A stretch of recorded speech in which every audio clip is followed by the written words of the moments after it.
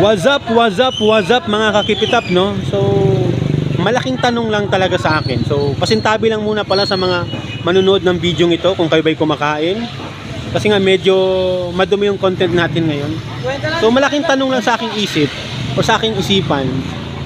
Meron namang nakalagay na malaking karatulang bawal magtapon ng basura. Pero but still, may basura. 'Di ba? Bakit kaya tayo ganung mga Pinoy? Bakit meron talagang Pinoy or tao na walang pakialam sa kapaligiran, walang pakialam sa paligid nila, di ba? Kaya madalas tayong napupuna mga Pinoy, no?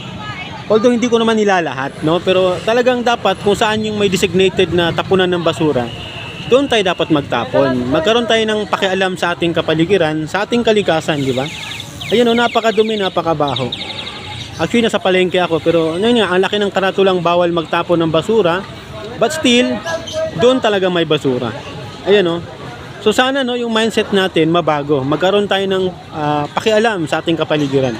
Although hindi man agad-agad yung epekto sa atin yan, pero still, kung talagang may pakialam tayo, nagtatapon tayo ng tamang basura sa dapat niyang tapunan, nagsisegregate tayo ng mga basura sa mga nabubulok at hindi nabubulok, for sure tayo rin makikinabang pagdating ng panahon. Okay? So dapat baguhin natin to yung gaitong mindsetting. Magkaroon tayo ng pakialam sa ating kapaligiran. Okay, once again, what's up? Keep it up.